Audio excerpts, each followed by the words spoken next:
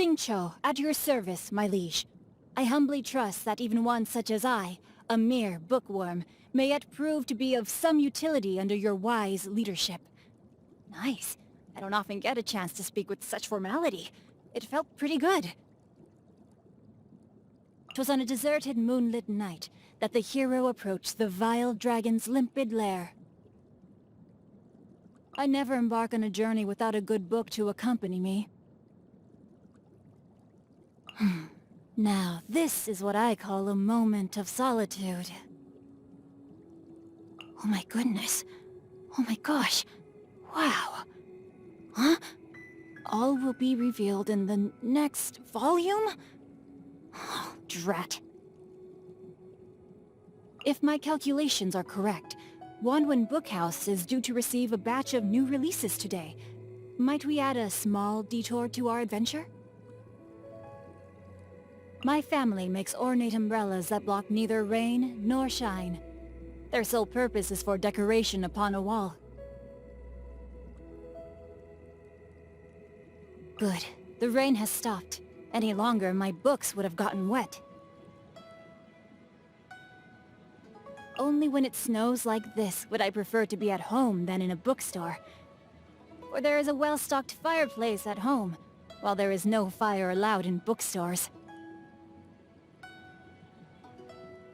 Great weather for practicing martial arts, but perfect weather for reading. Hey, what's that ridiculous look for? You look as if you're trying to decipher some strange text written on my forehead.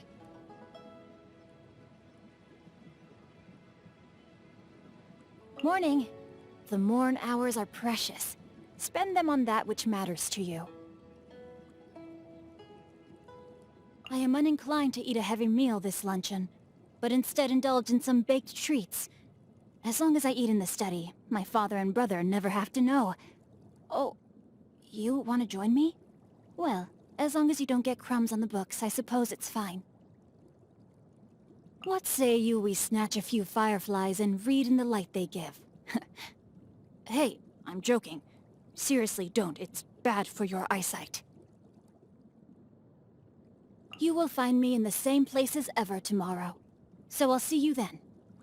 Unless you manage to get lost on the way. I always have to put on an act around other people, because they see me as only the second son of the Feiyun Commerce Guild. It's a relief that I can just be myself around you. I think it's because you don't see me in the same way. I would say we are book buddies. Huh? Combat? Guhua clan? Comrades in arms? What on earth are you talking about? I told you that's our little secret. We should become sworn siblings. Let's go to the altar at Jereyun Karst. Nope.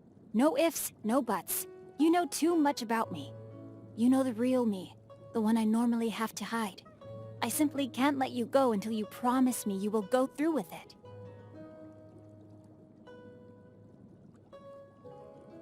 There aren't many records on matters concerning visions, but I do have a passage dedicated to the topic in my collection of ancient texts.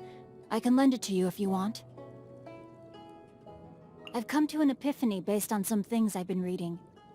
Ultimately, the arts of both the polearm and the sword are just the art of hand-eye coordination.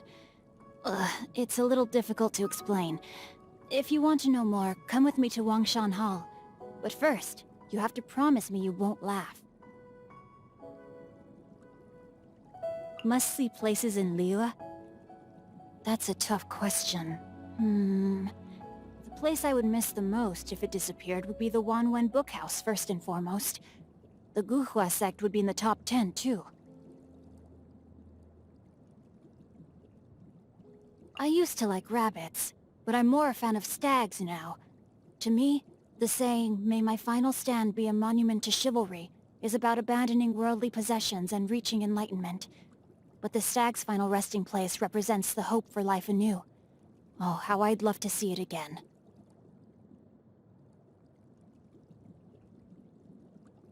I have great respect for Lady Beidou. I just wish she wouldn't call me kid and ruffle my hair each time she sees me. In her capacity as a Tianquan, I'm obliged to respect her. Otherwise, it could create issues for my father and brother. On a personal level, let me think. I think I will go with no comment. I shan't speak ill of others. Ah, dear Chongyun. Though he understands me quite well, one has to exercise caution when teaming up with him to go on a quest. He is making good progress in the martial arts, but I would say he hasn't quite internalized the chivalric code yet. He needs more practice. Especially at eating spicy food. When Yunjin drinks a beverage she is fond of, she will be inspired to write a new play. So, I keep a jar of tea leaves under my bed at all times, ready to deliver to her on the day that her inspiration dries up. This way, I shall never run out of heroic tales to listen to. Ah yes, the young lady who is now the master of the Wangshen funeral parlor. If you're asking what I think about her as a person, well, there are all sorts of rumors about the way she works. But I think if you really want to understand someone, you need to find out what they are really after. I've always thought there is more to Chi-Chi than meets the eye. But it's impossible to have a conversation with her when Baiju's around. We could wait till Baiju makes a home call to one of his other patients and corner her. When you first spot Xiangling out and about, the first thing you should do is check the look on her face. Especially when she's just coming back from collecting new ingredients. The more excited she looks, the more dangerous it is to approach. Because if she sees you, she'll force you to taste test her latest concoction. I usually get Chongyun to handle these situations. Where does Xinyan perform? Anywhere from Churro Rock to Yujing Terrace. No spot is untouched by her disruptive presence. A quiet day when I can curl up with a good book is a rare treasure indeed. I've thought of all the illustrations I want for each major event in the next 3 volumes. I should write my thoughts down before I forget them, and send them to Mr. Quay de Prince. My father and brother entertained that gentleman as a guest once. From the way they were acting, he must be a very high-profile figure indeed. I also heard that he directs funerals for the Adepti, so he must surely have great depth to his character. We should do some digging and see what we can find out about him. I find that Miss Shenhe seems to look at me somewhat fiercely, so I daren't approach her lightly. Bizarre. Did I inadvertently upset her? Or maybe upset someone close to her? Are you keeping well, my liege?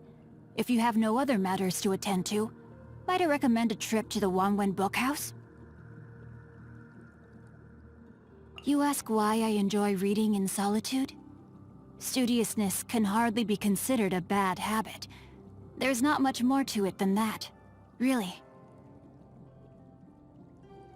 Your schedule is free today? Wonderful.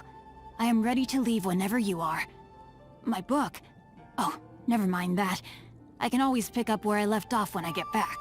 But those in distress who need our assistance cannot afford to wait. You feel inspired, you say? You want to write a martial arts detective novel based on our adventures together? And you want to call it the Chronicles of Wanwen? It's a good idea, it really is. But I'll have to decline. I'm sorry. Yes, really. A weaver of verses who draws from an ocean of expression. That's the reputation I aspire to. But you're the only person I can share that with. I am actually writing a novel, but I can't let you see it. Not yet. The time will come, though. You'll be able to read it when it's on sale in bookstores all over Liyue.